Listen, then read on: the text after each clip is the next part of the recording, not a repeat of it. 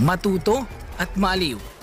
Mag-subscribe sa Learning Express 101 dahil dito marami kang mapupulot na kaalaman.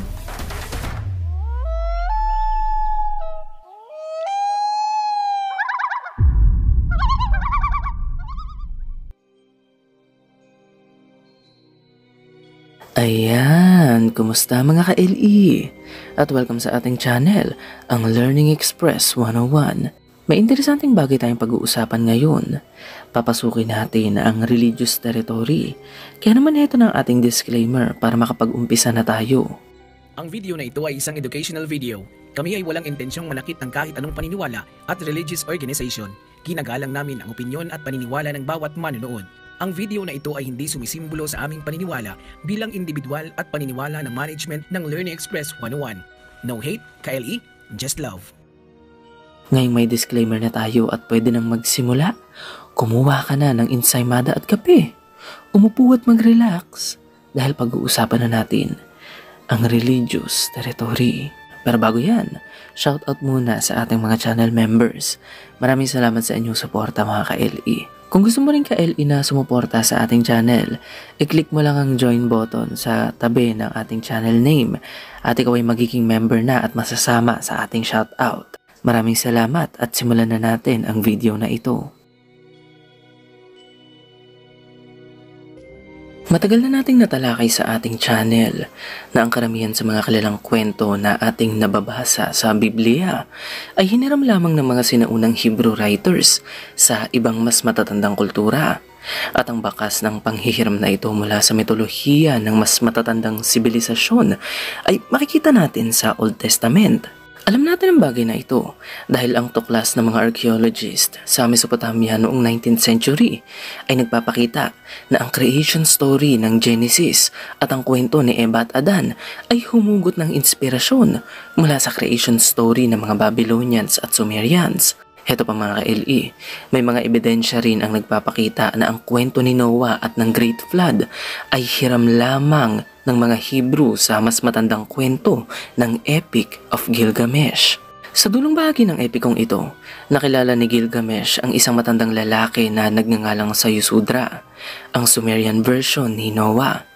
Tulad ni Noah ng Bible, si Gilgamesh rin ay inutusan ng kanyang Diyos na lumikha ng isang higanting barko upang kanyang mailigtas ang kanyang sarili, pamilya at mga hayop sa paparating na baha. Ngayon mga ka-LE, ang kwento rin ng isa pang Old Testament hero ay may parallel din sa kwento ng isang Akkadian king. At ang Old Testament hero na aking tinutukoy ay si Moses. Alam niyo ba na ang kanyang iconic story kung saan siya ay inilagay ng kanyang nanay sa isang basket at pinaanod sa ilog ay hiniram lamang sa mas matandang kwento ni King Sargon of Akkad. Tulad ni Moses, si Baby Sargon din ay inilagay ng kanyang ina sa isang basket at pinaanod sa ilog. Nang siya ay magbinata, nakilala rin niya ang Diyos at siya ay naging isang dakilang tao. Ngayon mga ka-LE, ang ideya ng isang Diyos ay nagbaba ng kanyang mga kautusan at batas sa mga tao ay isang karaniwang tema ng mga mitolohiya sa sinaunang mundo. Sa katunayan nga mga ka-LE, bago si Moses, marami ng maalamat na tao ang pinaniniwala ang binigyan ng Diyos ng kanyang mga utos at batas. At noong unang panahon, ang mga ito ay pinaniniwala ang permanenteng batas na hindi dapat mapalitan o mabago. Nariyan si King Hammurabi ng sinaunang Babylon. Siya ay sikat na sikat dahil sa Code of Hammurabi, ang listahan ng batas na pinaniniwala ang pinagkaloob sa kanya ng mga Anunnaki gods. Sa sinaunang India, may taong nagngangalang Manu, ang maalamat na taong sinasabing pinagkalooban ng mga kautusan at batas ng Hindu religion. At sa ancient Israel naman, nariyan ang karakter ni Moses, ang pinagkalooban ni Yahweh ng kanyang 10 Commandments. Ngayon mga ka-LE, dahil hindi na naaangkop sa modernong mundo ang mga religious law na ito, hindi na natin sila masyadong sinusunod at siniseryoso. Pero kahit na ganyan, gusto kong pag-usapan natin saglit ang 10 Commandments. Alam niyo ba na ang sinaunang batas na ito na sinasabing pinagkaloob ng Diyos kay Moses ay isa ring kontrobersyal na usapin? Marami kasing scholar ang nakapansin na nahahawig ito sa mas matandang religious text ng Ancient Egypt na kung tawagin ay Book of the Dead. Halimbawa na lang mga ka-LE, Mababasa natin sa Egyptian Book of the Dead ang mga negatibong kumpisal tulad ng I have not committed adultery at kapansin-pansing nahahawig ito sa ikapitong utos na thou shall not commit adultery. Sa Book of the Dead, mababasa natin ang I have not killed men and women, habang sa Ten Commandments naman, mababasa natin ang thou shall not kill. Sa Book of the Dead, nariyan ang I have not stolen, habang sa Ten Commandments naman, mababasa natin ang thou shall not steal. Ngayon mga ka-LE, maraming tao ang nagsasabi na nagkataon lamang ang pagkakahawig na ito dahil parehong pinag-uusapan ng dalawang kasulatang ito ang moralidad at kaayusan sa buhay ng tao. At wala namang problema sa idea na yan. Pero heto ang tanong, maliit ba talaga ang probabilidad na naimpluwensyahan nga ng ancient Egyptian culture ang Ten Commandments? Silipin nga natin saglit ang mga basic information tungkol kay Moses para makita natin ang sagot. Ngayon mga ka-LE, kanino ba nanggaling ang Ten Commandments? Hindi ba't kay Moses? Ngayon, ayon sa kwento na ibinigay sa atin ng Biblia, saang bansa ba lumaki si Moses? Hindi ba't sa ancient Egypt? Ngayon mga ka-LE, hindi ba nakakapaghinala ang bagay na ito? Ang taong pinagmula ng Ten Commandments na si Moses ay lumaki sa Egypt at ang Ten Commandments ay nakakapagtakang nahahawig sa isang ancient Egyptian religious text. Alam ko marami sa atin ang naniniwala na ang Ten Commandments ay pinagkaloob ng Diyos kay Moses. Pero kung si Moses ay may mahabang kasaysayan ng paninirahan sa Egypt, hindi imposibleng siya ay naimpluwensyahan ng ancient Egyptian religion kaya nahahawig ang ilang bahagi ng Ten Commandments sa Egyptian Book of the Dead. Kung totoo ang sinasabi ng Bible na si Moses ay lumaki sa isang Egyptian palace, hindi mahirap isipin na siya ay natutong bumasa roon at hindi rin mahirap imaginein na ilang beses na niyang nabasa ang Egyptian Book of the Dead bago niya patayin ng isang Egyptian at tumakas sa bansang ito. Ngayon mga ka-LE, ang mga yan ay ilan lamang sa mga kwentong napatunayan na ng mga eksperto na hiniram ng Biblia mula sa ibang kultura. Siyempre marami pang biblical stories ang hiniram ng mga ancient Hebrew writers sa iba't ibang kultura, pero hindi na muna natin pag-uusapan ng mga yan. Mas gusto kong pag-usapan natin ang kakaibang paraan ng Bible sa panghiram nito ng mga kwento sa sarili nitong pahina. Ngayon, ano bang ibig sabihin yan mga ka-LE?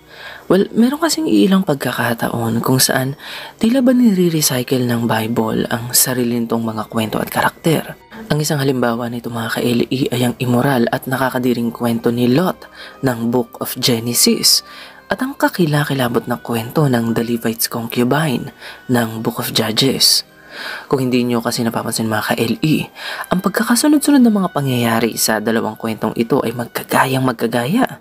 Ayon sa Genesis, habang nag-chill sila Lot at ang kanyang mga bisitang anghel sa loob ng kanyang tahanan, ang mga kalalakihan sa Sodom ay sumugod sa labas ng kanyang bahay at pinilit si Lot na ilabas ang kanyang mga bisita upang kanila itong maghahasa. Ngayon mga ka-LE, kung iniisip nyo na natatangi sa Genesis ang eksena na yan, well, nagkakamali kayo. Dahil kapag kayo ay nagpunta sa Book of Judges, muli nating makikita ang parehong eksena. Pero iba ng mga karakter at ang lugar na pinangyarihan ng kwento. Ayon sa Judges, habang ang lalaking Levite at ang kanyang kirida ay nag-chill, ang mga kalalakihan ay sumugod rin sa labas ng bahay ng kanilang tinutuluyan at pinilit nilang may-ari na ilabas ang kanyang mga bisita, yung lalaking Levite at ang kanyang kirida, upang kanila itong maghahasa. Hindi ba't ang eksenang ito ay kagayang-kagaya ng nangyari sa kwento ni Lot? Balik tayo sa Genesis mga ka-LE. Nakiusap si Lot na huwag galawin ng mga tao ang kanyang mga bisitang anghel. Kaya naman inoffer na lang niya sa mga kalalakihan ang dalawang virgin niyang anak na babae at sinabi niya sa mga ito na sila na lamang ang gahasain. Ngayon, punta naman tayo sa Judges. Kung inoffer na Lot sa mga kalalakihan ng kanyang dalawang anak na babae, ang may-ari naman ng bahay sa kwento ng Judges ay inoffer sa mga kalalakihan ang kanyang virgin na anak na babae at ang kirida ng kanyang bisita. O diba? Magkatulad na magkatulad sila. Sa Genesis, sinugod ng kalalakihan ang bahay ni Lot dahil gusto nilang gasain ang kanyang bisita. Sa Judges, sinugod ng kalalakihan ang bahay ng isang lalaki dahil gusto nilang gasain ang kanyang mga bisita. Sa Genesis, inoffer ni Lot ang kanyang mga anak na babae sa mga kalalakihan upang ang mga kawawang babae na lang na ito ang kanilang gasain. Sa Judges naman, inoffer ng lalaki ang kanyang anak na babae at ang kirida ng kanyang bisitang Levite upang ang mga babaeng ito na lang ang kanilang gasain. Ngayon mga ka-LE, meron ding interesanteng parallel ang mga biblical characters sa isa't isa. At ang isa nga sa mga parallel na ito ay makikita natin sa kwento ni Jesus Christ at sa kwento ni Joseph the Dreamer. Iniisip niyo siguro kung ano itong mga pagkakahawig na sinasabi ko, no? Tara at isa-isahin na natin ang mga yan para magkaintindihan na tayo. Ngayon mga ka-LE, sino ba itong Joseph na ito at paanong nahawig ang kanyang kwento sa buhay ni Jesus? Si Joseph the Dreamer ay isang importanteng karakter sa Old Testament. Siya ay isa sa 13 anak ni Jacob at Rachel. Ayon sa kwento, si Joseph daw ay may kakaibang talento. Kaya niyang basahin at ipaliwanag ang kahulugan ng mga panaginip at ginagamit niya ang abilidad na ito upang maunawaan ang plano ng Diyos at malaman ng mga bagay na paparating. Ngayon mga ka-LE, heto ng mga parallel sa dalawang karakter na ito. Ayon sa Genesis, si Joseph ay ang pinakamamahal na anak ng kanyang ama. Ayon naman sa Book of Matthew, si Jesus ay ang anak na pinakamamahal ng kanyang ama. Si Joseph at si Jesus ay parehong inihahambing sa mabuting pastol. Dahil si Joseph ay ang paboritong anak ng kanyang ama, siya ay kinagalitan ng kanyang mga kapatid. At matatandaan na ganito rin ang nangyari kay Jesus dahil siya ay kinagalitan din ng kanyang mga kababayan. Si Joseph ay pinagplanuhang patayin ng kanyang mga kapatid, habang si Jesus naman ay pinagplanuhan ding patayin ng mga Hudyo. Si Joseph ay may 12 kapatid, habang si Jesus naman ay may 12 disipulo. Isa sa mga kapatid ni Joseph ay ang lalaking nagngangalang Judah. At itong si Judah ay ipinagbili si Joseph kapalit ng 20 pirasong pilak. Ngayon mga ka-LE, hindi ba't si Jesus din ay pinagbili ng kanyang disipulong nagngangalang Judas kapalit ng 30 pirasong pilak? Nakamangha ang paralel na ito dahil hindi lang basta iisang pangalan ng taong nantraidor sa kanilang dalawa, dahil nagawa rin nilang i-adjust ang halaga ng pilak sa panahon ni Jesus para bang may inflation na nangyari. Heto pa mga ka-LE, si Joseph at Jesus ay parehong napagbintangan ng kasalanang hindi naman nila ginawa. Si Joseph ay 30 years old na ng kanyang simula ng kanyang paglilingkod at si Jesus naman ay 30 years old na din ng kanyang simula ng kanyang paglilingkod. Ang mga paralel na ito ay walang hanggan at ini-encourage ko kayo na basahin at imbestigahan ang mga pagkakapareho na yan. Sa aking research, hindi ako makahanap ng konkretong konklusyon o maayos na paliwanag kung bakit may ganitong mga kaso ng paralel sa Bible.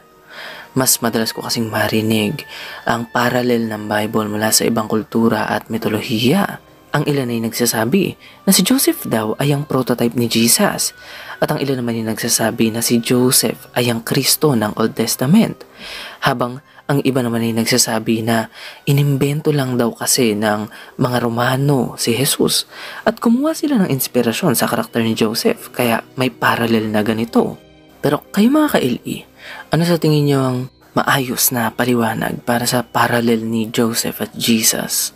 Yung mga explanation kasi na nakikita ko sa mga articles na binabasa ko ay masyadong relihiyoso at parang mythological at fantastical masyado. Kayo mga ka-LE, comment nyo na lang kung ano yung inyong palagay.